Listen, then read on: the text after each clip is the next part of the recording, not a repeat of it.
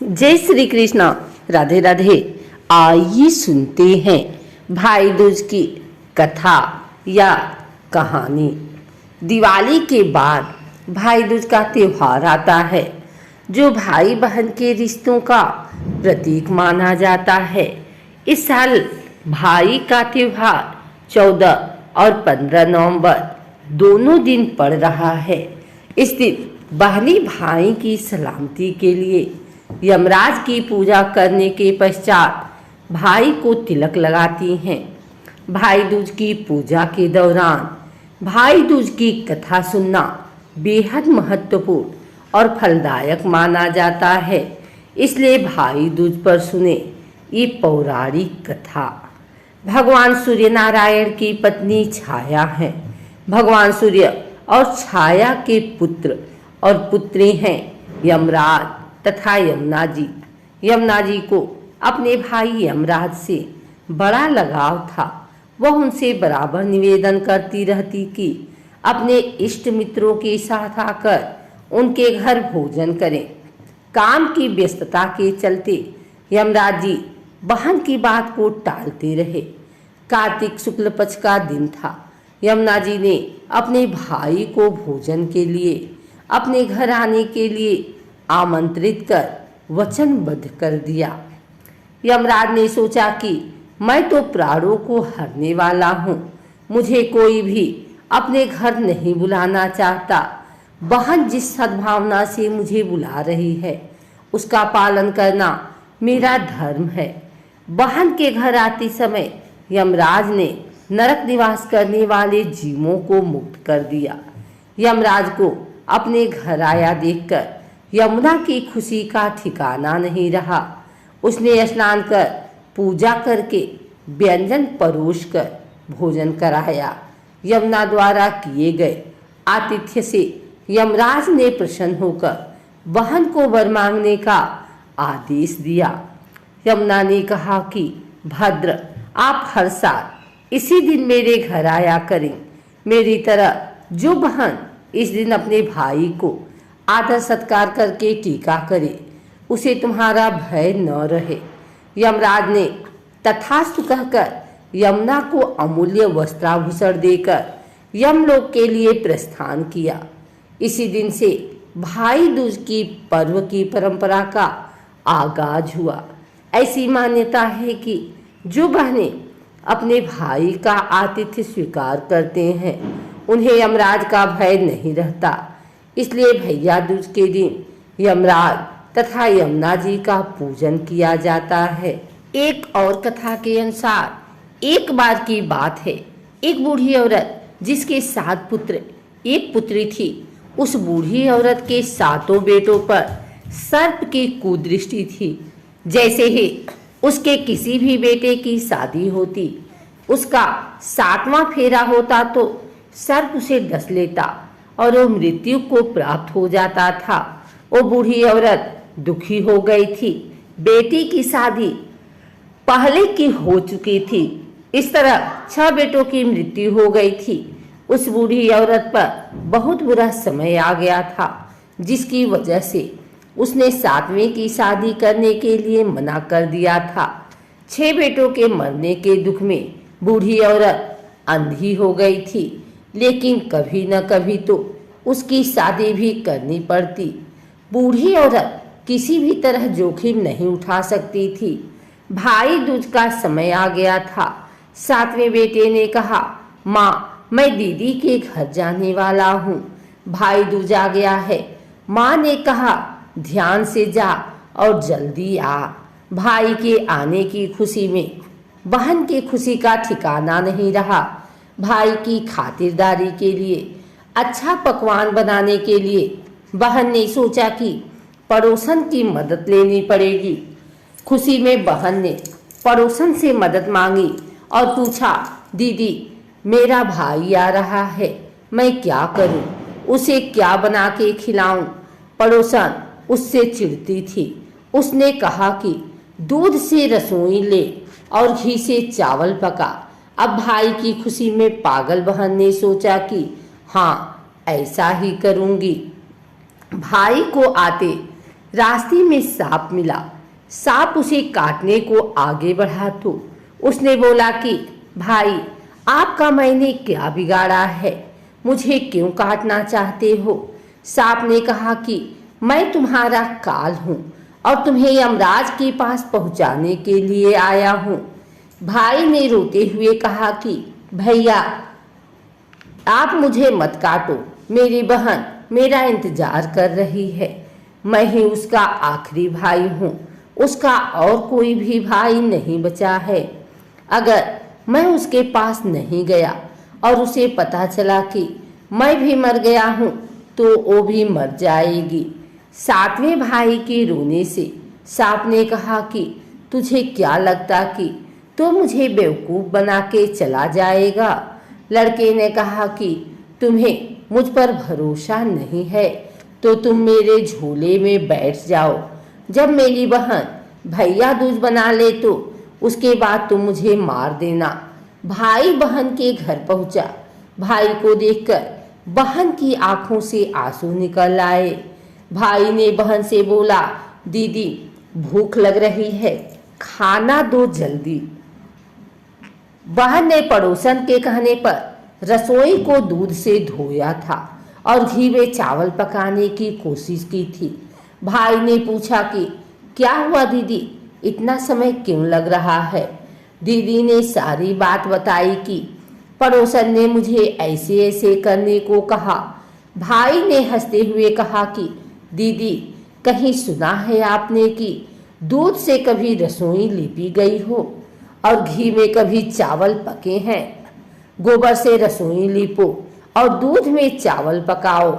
खाना खाने के बाद भाई को नींद आने लगी और वो सोने लगा। इतने में बहन के बच्चे आ गए और उन्होंने मामा मामा कहकर बोला कि मामा हमारे लिए क्या लेकर आए हैं? तब उसने कहा, बेटा मैं कुछ नहीं लाया हूँ। मना करने के बावजूद भी बच्चों ने उस थैले को उठा लिया जिसमें सांप था और खोल कर देखने लगे, लेकिन उसमें बच्चों को हीरे का हार मिला। दीदी ने बोला कि तू ये मेरे लिए लेकर आया है। भाई ने बोला कि तुम्हें अच्छा लगा तो तुम रख लो। अगले दिन भाई ने बहन से अपने घर जाने की इजाज़त मांगी। बहन ने अपने भाई के लिए लड्डू बना के रखे थे। बहन ने लड्डू भाई को दिए। भाई ने बहन से अलविदा लिया और अगले चल दिया। थोड़ी दूर जाकर थक कर एक पेड़ के नीचे सोने लगा। इधर बहन के बच्चों ने कहा, माँ खाना दो, भूख लगी है। उनकी माँ ने कहा कि अभी खाना नहीं बना है, समय लगेगा। तब बच्चों ने कहा, जो मामा को लड्डू दिए थे हमें भी दे दो, हम खा लेंगे। माँ ने कहा, जाओ चक्की पर रखे हैं, बचे हुए लड्डू जाकर खा लो। बच्चों ने जाकर देखा तो पता चला कि वहाँ सांप की हड्डियाँ पड़ी हैं। अब बहन की हालत खराब हो गई और वो बाहर की तरफ भागी। लोगों से पूछने पर पता चला कि एक पेड़ के नीचे एक व्यक्ति सो रहा था। बहन को लगा कि वही उसका भाई है। वो भागती हुई गई उसके पास और उसे उठाने लगी। उसने भाई को उठाया और पूछा, कहीं तूने लड्डू तो नहीं खाए? भाई ने कहा, क्या दीदी, क्या हुआ? ये रहे तुम्हारे लड्डू, नहीं खाए मैंने। बहन को लगा कि कुछ अच्छा नहीं हो रहा है। उसने बोला कि मैं भी अब तेरे साथ घर चलूंगी, तुझे अकेले नहीं छोड़ूंगी। भाई ने बोला कि तुम्हारी मर्जी। चलते हुए बहन को प्यास लगी। भाई से बोली कि मुझे प्यास लगी है, पानी पीना है। भाई ने चारों तरफ नजर फैलाई और एक तरफ चील उड़ रही थी। बहन ने बोला कि तू यहीं रुक, मैं अभी आ रही हूँ। बहन पानी पीकर आ रही थी कि उसने देखा कि एक जगह जमीन में 6 शिलाएं गढ़ी हैं और एक बिना गढ़ी हुई रखी है। बहन ने वहां से गुजर रही थी। एक बुढ़िया से पूछा कि ये सब क्या है? उस बुढ़िया ने बताया कि किसी एक औरत के 7 बेटे हैं, जिनमें 6 की शादी के समय सांप काटने से मृत्यु हो गई थी। अब जब 7वें की शादी होगी, तब ये आखिरी शिला भी बाकियों की तरह जमीन में गड़ जाएगी। बहन ने जब ये सुना तो उसके होश उड़ गए। वो समझ गई थी कि ये सब उसके भाइयों के लिए किया गया है। बहन ने उस बूढ़ी औरत से पूछा कि मैं क्या करूं, कुछ बताओ। बूढ़ी औरत ने उसे सब बता दिया कि वो अपने भाई की जान कैसे बचा सकती है। भाई की जान बचाने के लिए बहन कुछ भी करने को तैयार हो गई। बूढ़ी औरत के कहने पर बहन ने अपने बालों को खोल लिया और अपने भाई के पास गई और जोर जोर से बोलने लगी, तू तो जलेगा, कटेगा, मरेगा। भाई ने बहन की ये हालत देखकर सोचा कि दीदी को ये क्या हो गया है। दीदी तो पानी पीने गई थी, लगता है कि कोई चुड़ैल दीदी पर आ गई है। किसी तरह भाई अपनी दीदी को लेकर अपनी माँ के पास आई और माँ को सब बताया। कुछ समय बाद भाई की सगाई का समय आ गया था। बूढ़ी बाई ने 7वें बेटे की शादी की मंजूरी दे दी थी। भाई को जब सेहरा पहनने की बारी आई तो बहन ने कहा कि ये नहीं सेहरा में पहनूंगी, ये तो जलेगा, मरेगा, कुटेगा। सेहरे में सांप था। बहन ने उस सांप को निकाल दिया। इसी तरह सांप ने बहुत कोशिश की और बहन ने अपने भाई की रक्षा की। हाथ कर सांपों का राजा खुद आया, गले की बरमाला में छुपकर, लेकिन बहन ने उस सांप को एक लोटे में एक थाली से ढककर बंद कर दिया। अब ये देखती हुई सांप की पत्नी वहां आ गई और बोलने लगी कि मेरे पति का दम घुट रहा है, उसे छोड़ दो। लेकिन बहन ने कहा कि तेरे पति को छोड़ देंगे, पहले तू मेरे भाई से अपनी कुदृष्टि हटा और अपने रास्ते जा। नागिन ने ऐसा ही किया। बहन के इशारे पर नई दुल्हन ने कहा कि मैं तेरे पति को छोड़ दूंगी, पहले मुझे मेरे एक जेठ को छोड़। कोई तो होना चाहिए घर में जिससे मैं लड़ा करूं। ऐसे ही बहाने बनाकर नई दुल्हन ने सभी 6 जेठों को छुड़ा लिया। उधर रो रो कर बूढ़ी माँ का हाल बुरा था। बुढ़िया को लग रहा था कि अब उसका 7वां बेटा भी नहीं रहेगा। किसी ने बताया कि आपके सभी बेटे और बहुएं आ रही हैं। अब माँ के आंखों से आंसू आने लगे और खुशी में भगवान से कहा कि अगर ये सच है तो मेरी आंखें ठीक हो जाएं और मेरे सीने से दूध की धार बहने लगे। बूढ़ी औरत के साथ ऐसा ही हुआ जैसा उसने भगवान से बोला था। अपने बच्चों को देखकर वो बहुत खुश हुई।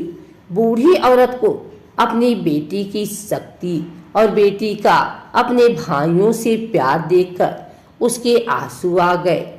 सभी अपनी बहन को ढूंढने लगे, लेकिन देखा कि वो तो भूसे की कोठरी में सो रही थी। उठने के बाद वो अपने घर को चली। फिर उसके साथ लक्ष्मी माँ भी जाने लगी। बूढ़ी माँ ने कहा कि बेटी पीछे मुड़कर देख, क्या सारी लक्ष्मी अपने साथ ही ले जाएगी। बहन ने पीछे मुड़कर देखा और हंसते हुए कहा, जो भी कुछ माँ ने अपने हाथों से दिया वह मेरे साथ चल और बाकी बचा हुआ मेरे भाई भाभी के साथ रुक जाए। बहन ने अपने भाई भाभी की जिंदगी संवार दी।